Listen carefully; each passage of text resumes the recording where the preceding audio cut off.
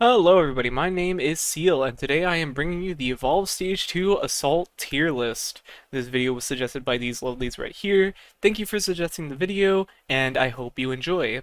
Now, the first thing you might notice about this tier list is that there's only 4 tiers, and that is because that all the assaults in the game are actually pretty good. There's no bad assaults in the game. Hands off to Turtle Rock Studios for balancing the assaults very well in Stage 2.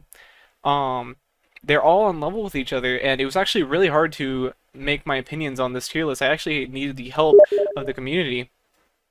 So first things first, we're going to start off with Markov, and Markov is probably going to be in the B tier. He is literally the exact same as Legacy, except for the fact that they literally just increase his lightning gun damage.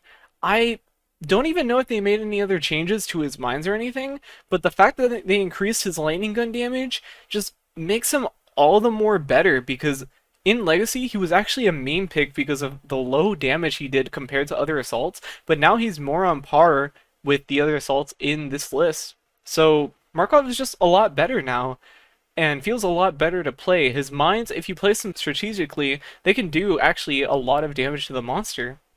Now, the perks that I would run on Markov would probably be triple damage to add even more damage to the lightning gun, or you could run jump height to place the mines easier, or you could run capacity if you want a longer lightning gun.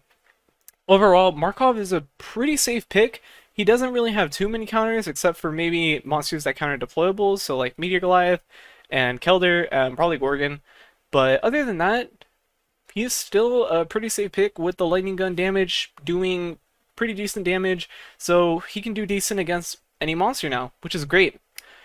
Next up, we have Blitz Markov, and Blitz Markov is still worse than regular Markov due to the same reason as in Legacy, and that is setup time. He still has the same problem with monsters hitting him and resetting his beam. The only thing is, they actually fixed the problem where his beam actually doesn't cut off as easily in Stage 2 as it did in Legacy, so it actually is more consistent with staying on the monster, and you can get that gold beam a lot more often now, which is great. But he still has the same problem with setup time, and his mines take a very long time to set up, and blue mines, I think they actually buffed the blue mines, but still, they're worse than the gold mines, and the gold mines take a long time to set up. But still, he is a good assault. Like, in the grand scheme of assaults, you can still pick him, you can still beat monsters with him. He's definitely not terrible, as he was in Legacy. So, yeah, he's just not the best out of all the assaults. The perks that I would run on Blitz Markov would probably be double capacity, so you could run that gold beam longer, you could run damage cap, or you could run probably triple damage again if you are feeling a little frisky. And yeah, Blitz Markov in C tier. Next up, we have Hyde. Hyde is going to go straight in the A tier. He is still a great assault for new players. He can still bust on the monster. Oh my god, that... He can still destroy a monster's health bars. He's a great pick for newer players. His gas grenade was nerfed in the size, but it still does a good ton of damage. And with the right perks, Hyde can actually literally eviscerate monsters, and he's a safe pick for any monster except for like Kraken, but still he can do pretty well against Kraken. But yeah, Hyde is just a good pick and he does a lot of damage. The perks that I would run on Hyde would probably be damage, poison, and poison is slept on Hyde because actually the gas grenade applies poison as well. I'm not sure if it applies it in the cloud, but I know on direct impact it actually does apply poison, as well as the flamethrower. The flamethrower applies the burn damage and the poison damage as well, so it actually adds a ton more damage to your Hyde gameplay because it's like double damage. I have had so much success with double poison on a Hyde, and I suggest that everyone should try it. Next up, we got Parnell. And Parnell, while he was an S tier in Legacy, I have to put him in the A tier now. In Stage 2, Parnell is a shell of his former self than he was in Legacy. In Legacy, he was a chase god. You could not get away from Parnell in Legacy because of small maps and the fact that movement speed was buffed, but in Stage 2, there are bigger maps, the monsters control better, the movement speed isn't as strong as it was in Legacy, even if you run like triple movement speed, and also his damage has been nerfed. He has significantly less damage than he did in Legacy Evolve, and no matter what I run on him, I still don't feel like he really deserves this A tier, but it could be because I just don't know how to play Parnell in Stage 2. A lot of other players I've seen have done great on Parnell. The perks that I would run on Parnell, I've asked the best Parnell player that I know, and he says that he runs triple damage on Parnell, but you could also run chase perks. You could try to chase the monster, like maybe double jump height, or you could run movement speed or jetpack perks, like anything to get behind the monster and make sure that you are a nuisance to him. That is good. You could also run swap speed or reload speed or maybe even capacity if you want. Just anything that you think is the best for Parnell. It just depends on the player. I think I would personally run jump height or movement speed on Parnell or the rocket perks so I could like be on the monster's tail. And also you have to use those rockets more often than shotgun. Don't use your full clip of the shotgun.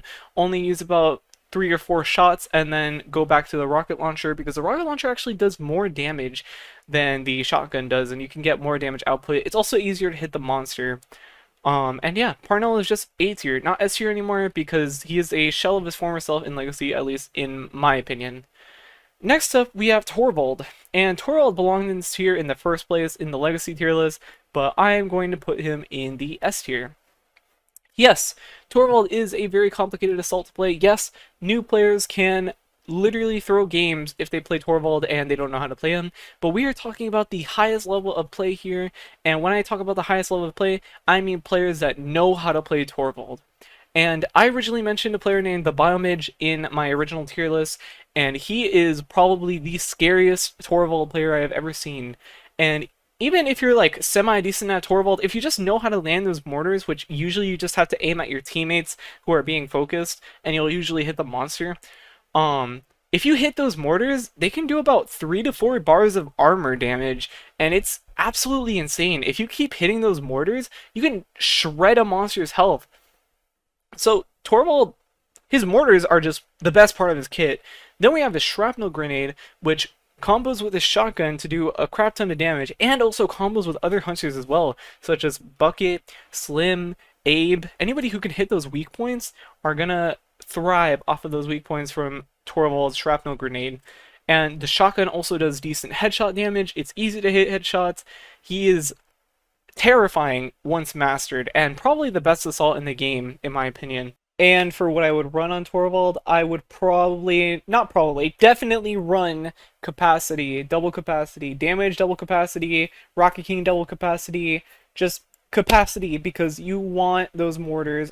This is the only build that I can suggest to people, because capacity is just the king on Torvald. It was the king in Legacy, and it is still the king in Stage 2. So use capacity on Torvald.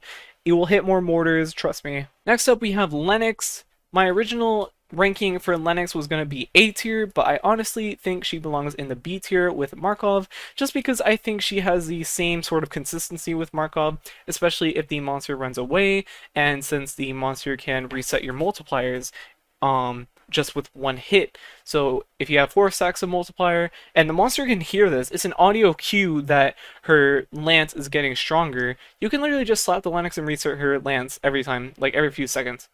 Also, if the monster runs away from you, you're not going to have a good time doing damage. And yeah, I mean, she's still a great assault, just not as consistent as the other 3 above her. For what I would run on Lennox, I would probably run either chase perks, or if you're feeling like you can catch up to the monster, you could definitely run triple damage on Lennox. It doesn't hurt. You can still get a ton of damage in domes. You don't even need to really chase the monster. Stage 2 is not really about the chase damage as much as Legacy was, so it's more about the arena fights sense. That is where you're going to get most of your main damage from. And then we have Renegade, the newest assault to Stage 2. And I would definitely put him in the S tier, because he is crazy, especially if someone knows how to play him. On Renegade, you should probably never be reloading on Renegade, because his gameplay revolves a lot around switching your weapons. First of all, let's talk about his debuff grenade. I don't even know what the real name of it is, but if you hit the monster with the debuff grenade, it literally debuffs their damage and makes them weaker. And this can literally make or break whether a hunter survives a monster focusing them or not.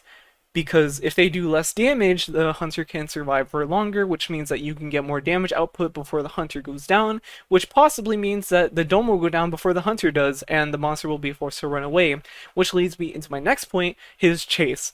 Renegade has probably the best chase in the game because he has a nerve toxic dart or a poison dart that does hell of a lot of damage over time, and he can literally do about a bar to a bar and a half of damage just on chase alone when the monster is running away. And he is just crazy in chase. That makes or breaks a game if the monster loses just a tad bit more health during a chase.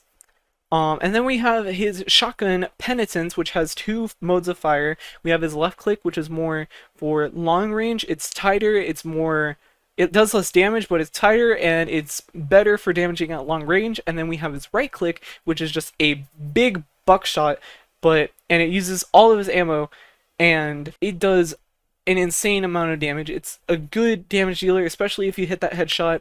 Most of the headshots with all the pellets on the shotgun, he's just great at doing damage. It might look slow, but in the grand scheme of the match, he does a crap ton of damage over time, and he is just probably one of the easiest assaults to play in the game. Second easiest. Parnell is probably the easiest, or Hyde. Those three are probably the top three easiest assaults to get good damage with. And the perks that I would run on Renegade Abe would definitely be double swap speed. This is usually my build. I run double swap speed and either damage or poison, or you can run a jetpack perk for your last perk. Your last perk is very flexible. Just run double swap speed. It will save your life. It is amazing. And yeah, that is my assault tier list. And I hope you enjoyed. Please like, comment, and subscribe. I have been pushing this, but 98% of my viewers are not subscribed.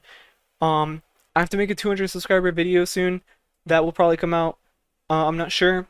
And I will see you in the next one, guys. This is Seal. I'm out. And then there's Chunky. He's dead.